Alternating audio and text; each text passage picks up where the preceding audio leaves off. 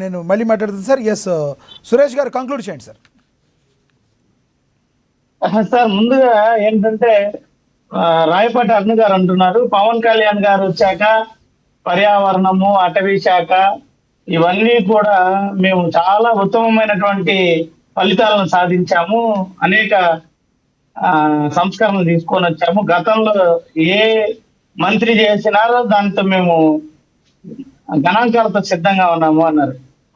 మొన్న కేంద్ర ప్రభుత్వం వీళ్ళకి ఇచ్చినటువంటి 2025 తారీఖు అవార్డుల్లో గత ప్రభుత్వం 2024కు సంబంధించినటువంటి ఫలితాలను బేరీజు వేసుకొని ఇచ్చారు. అంటే అది వైఎస్ఆర్ కాంగ్రెస్ పార్టీ ప్రభుత్వ హయాంలో జరిగినటువంటి సంస్కరణల తాలూకా కేంద్ర ప్రభుత్వం గుర్తింపు అది తెలుసుకొని మాట్లాడాలి.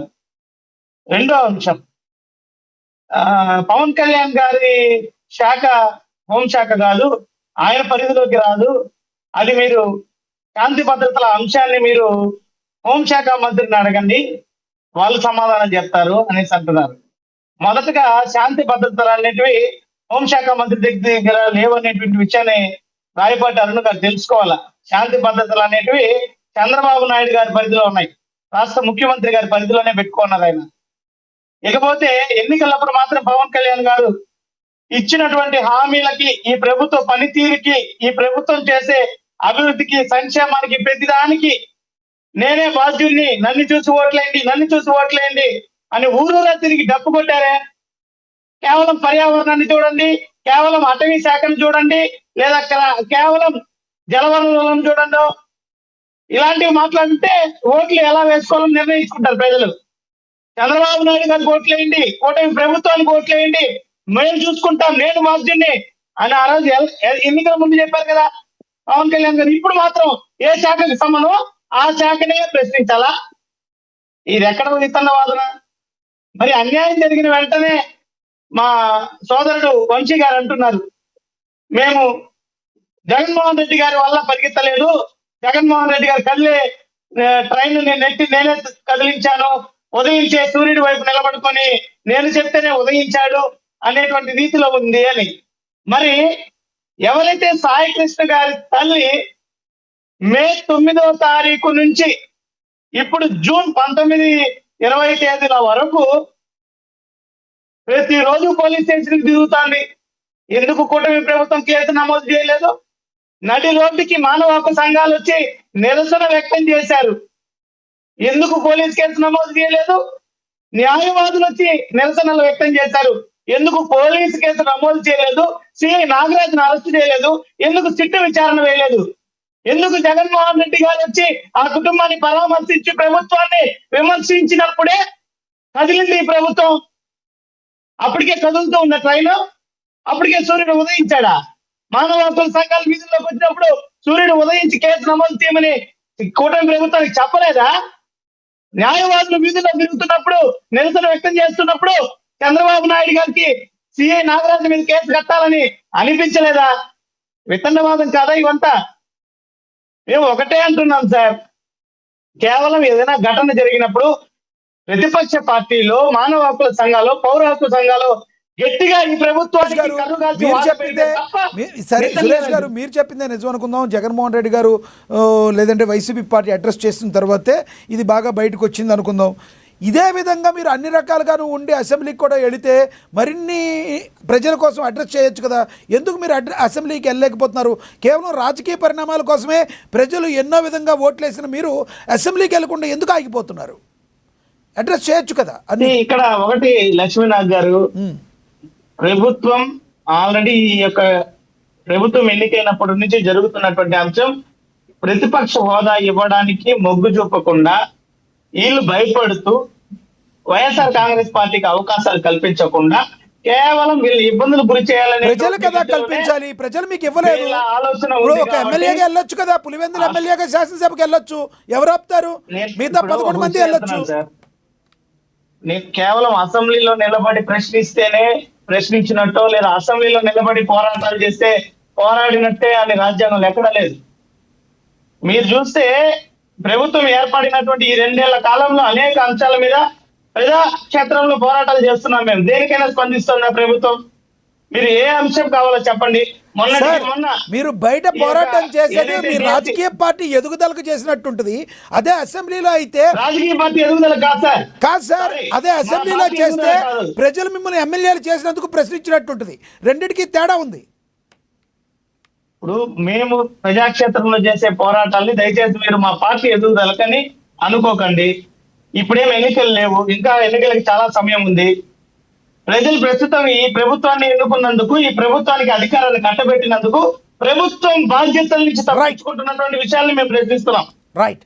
కాబట్టి ఇప్పుడు కూడా ఈ ప్రభుత్వానికి మేము డిమాండ్ చేసేది ఏంటంటే, ఏదైనా ఘటన జరిగినప్పుడు మొదటి నిద్ర నుంచి లేవకుండా ప్రతిరోజు కూడా పరిపాలన పైన దృష్టి సారించి ఎక్కడ తప్పులు జరుగుతున్నాయి, వ్యవస్థలు ఎక్కడ భ్రష్టు పట్టిపోతున్నాయి, వేటి మీద దృష్టి సారించాలి. కేవలం వేదికల మీదకి ఎక్కి ప్రతిపక్ష పార్టీని గొడ్డల పార్టీ అనో, లేదంటే ఇది క్రిమినల్ పార్టీ అనో, లేదంటే జగన్మోహన్ రెడ్డి గారు నామస్మరణ చేసేది కాదు. మా గురించి ప్రజలు చూసుకుంటారు. మీరు ఇచ్చిన హామీలు. చివరిగా ఒక్క ప్రశ్న చెప్పండి సురేష్ గారు. చివరిగా గత ప్రభుత్వం, ఇందాక కృష్ణాంజలి గారు చెప్పినట్టు గత ప్రభుత్వంలో మీరు ఎన్నో తప్పిదాలు చెయ్యబట్టే ప్రజలు మీకు ఇలా 11 సీట్లకు ఇచ్చారు. అవునన్నా కాదన్నా నిజం. ఒకవేళ మీరు చెప్తున్నట్టుగా మళ్ళీ మీరు అధికారంలోకి వస్తే గతంలో మీరు చేసిన తప్పుల్ని చేయరు కదా? 100% గతంలోనే కాదు సార్, ఇప్పుడు నెక్స్ట్ రాబోయేటువంటి పరిపాలనలో కూడా ప్రజామోదోగ్యమైనటువంటి పాలన అందిస్తాం. పాపం కృష్ణాంజనేయులు గారు నిజంగా 5 సంవత్సరాల పాటు చాలా సార్లు ప్రశ్నించారు. నేను ఈ రోజు ఉదయం కూడా ఒక తెలుగుదేశం పార్టీ పేరు చూసా. కృష్ణాంజనేయులు గారికి వైఎస్ఆర్సీపీ జెండా తగిలించి కృష్ణాంజనేయులు రెడ్డి అని పెట్టారు. ఒక డిబేట్ లో వీడియో తీసుకొని వచ్చి ఉదయం చూసా. ఆయన ఎంతసేపు మా మీద పోరాడేటువంటి, మమ్మల్ని ప్రశ్నించేటువంటి కృష్ణాంజనేయులు గారిని ఉదయం తెల్లారితో ఒక తెలుగుదేశం పార్టీ పేజీలో చూసా. ఆయన వెనక మా పార్టీ జెండా పెట్టి రెడ్డితో ఒక తగిలించారు ఆయనకి. ఏం చేస్తాం ఇప్పుడు? పరిస్థితి ఆ రకంగా ఉంది. ఇంటి పేర్లు మార్చుకోవడం, ఇంటి పేర్లు మార్పించుకోవడం, మీ పార్టీలో పెట్టుకోవడం ఇవన్నీ కామన్ అయింది కదా గతంలో. మీరు మా తీసుకొచ్చి పార్టీలో కాదు సార్. పాపం కృష్ణాంజలి గారు ఏం చేశారు? రైట్. ఆయన కృష్ణాంజలి గారు ఎప్పుడు ఏం చేయాలి? ఆయన ఎప్పుడు ఓపికగానే ఉంటారు. ఆయన ఎప్పుడు ఓపికగానే ఇవాళ ఉంటారు. ఆయన తీసుకొని వచ్చి ఇప్పుడు మా పార్టీ జెండా తగిలిస్తున్నారు. ఇప్పుడు ఇదే కృష్ణాంజలి గారు స్టార్టింగ్ లో వైసీపీకి నెగిటివ్ గా దానికంటే ఇప్పుడే బాగా చేస్తుందని చెప్పారు. చెప్పంగానే పాపం మీ వాళ్ళందరూ ఆయన వేసుకుంటారు. ఎటు వచ్చినా నిజం మాట్లాడే వాళ్ళకే కదా ప్రాబ్లం. ఇప్పుడు రైట్. ఇప్పుడు ఆ పార్టీ నేను కూడా మాట్లాడితే ఇప్పుడు మమ్మల్ని కూడా అదే అంటారు. తగిలిస్తున్నారు సార్. రైట్ సురేష్ గారు. ఎస్ ప్రభుత్వము దయచేసి ఇంకొన్న కాలమైనా సార్, ఈ ప్రభుత్వం ఇందాక సోదరి అరుణ్ గారు చెప్పారు, మా ప్రభుత్వం అదిరిపోతుంది అద్భుతం అని. భారతదేశంలోనే అత్యధిక రెవెన్యూ లోటు కలిగినటువంటి రాష్ట్రంగా నెంబర్ 1 ఉంది సార్ ఈ రోజు ఆంధ్ర రాష్ట్రం. ఈ 2 ఏళ్లలోనే అయింది అది. ఈ 2 ఏళ్లలో అయిందా? గత 10 ఏళ్లలో అయిందా? ఈ 2 ఏళ్లలో ఇంకా దారుణమైనటువంటి పరిస్థితికి వచ్చింది. సో తలాపాపం తెలా పిడికాడు అంటారు. గతంలో చంద్రబాబు నాయుడు గారి ప్రభుత్వం 2014లో, మీరు గతంలో 2019 నుంచి 2024 వరకు చేసిన దరిద్రమైన పాలన వల్ల ఇలా ఉందంటారు మీరు.